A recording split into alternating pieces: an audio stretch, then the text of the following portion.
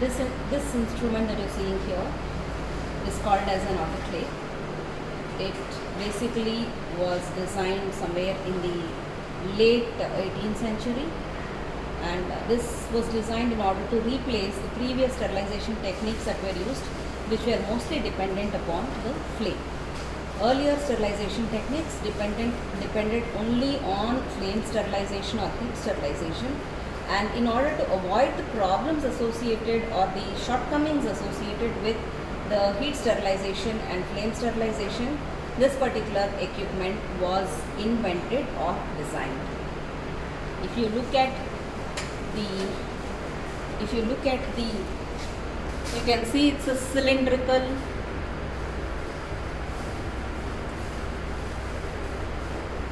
You can see it's a cylindrical tubular structure.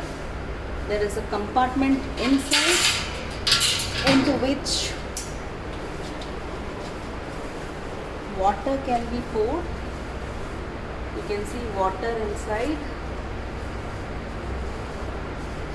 and it is the water that is poured inside that will generate the steam upon increasing the temperature. So it's a hollow cylindrical. It can be of any shape. It can be either horizontal or it can be vertical, and it can be of different sizes. The shape is hollow cylindrical always, because when we look at the working of an autoclave, it works on the principle of killing of bacteria using steam. So it's basically a steam sterilization technique, and the literal meaning of the term autoclave is self-sealing. So if you see, there is a gasket over here. This is the gasket. The blue color structure that you're seeing here is a gasket. When you close this lid, tighten the knobs,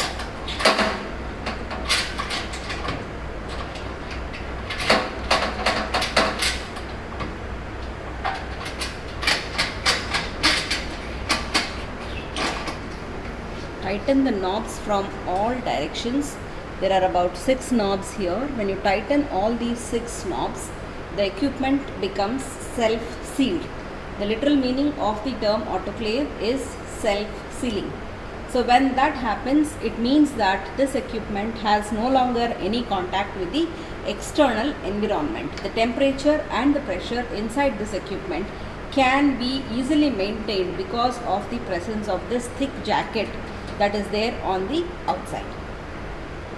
Now if you carefully look at what is there on top of the lid, there is one button over here which is the exhaust.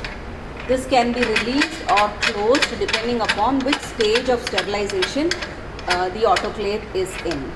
Then there is a gauge which gives us the temperature as well as the pressure that are inherent inside the autoclave during the process of sterilization.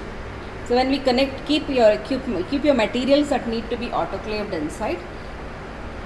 Often materials that are liquid in nature, like plant tissue culture media, materials that are hollow cylindrical, which cannot be possibly cleaned using brushes and other things like the pipettes, the tubes, etc.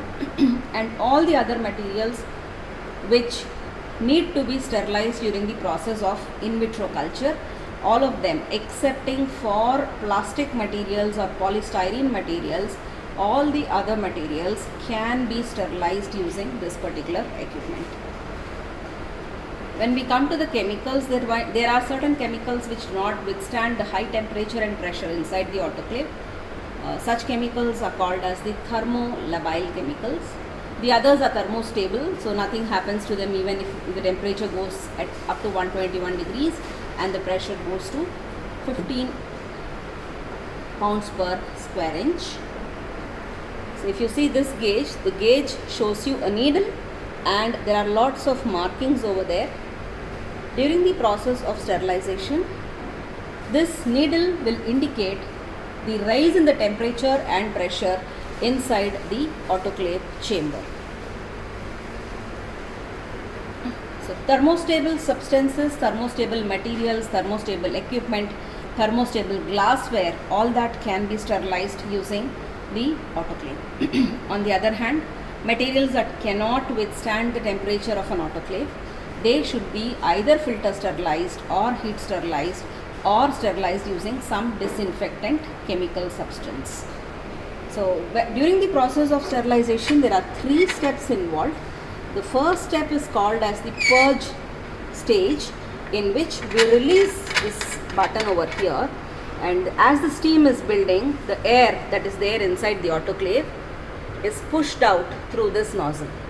We allow the air to be pushed out through this nozzle, and beyond a particular point, after 3 or 4 minutes of this, after the steam starts moving out of this, we close this. So we allow the steam to move out of this purge in order to ensure that any previous contaminants, bacterial spores, fungal spores, bacteria that are there inside the chamber will be blown out through this nozzle when the steam is being built inside. That is the first phase, which is called as the purge phase.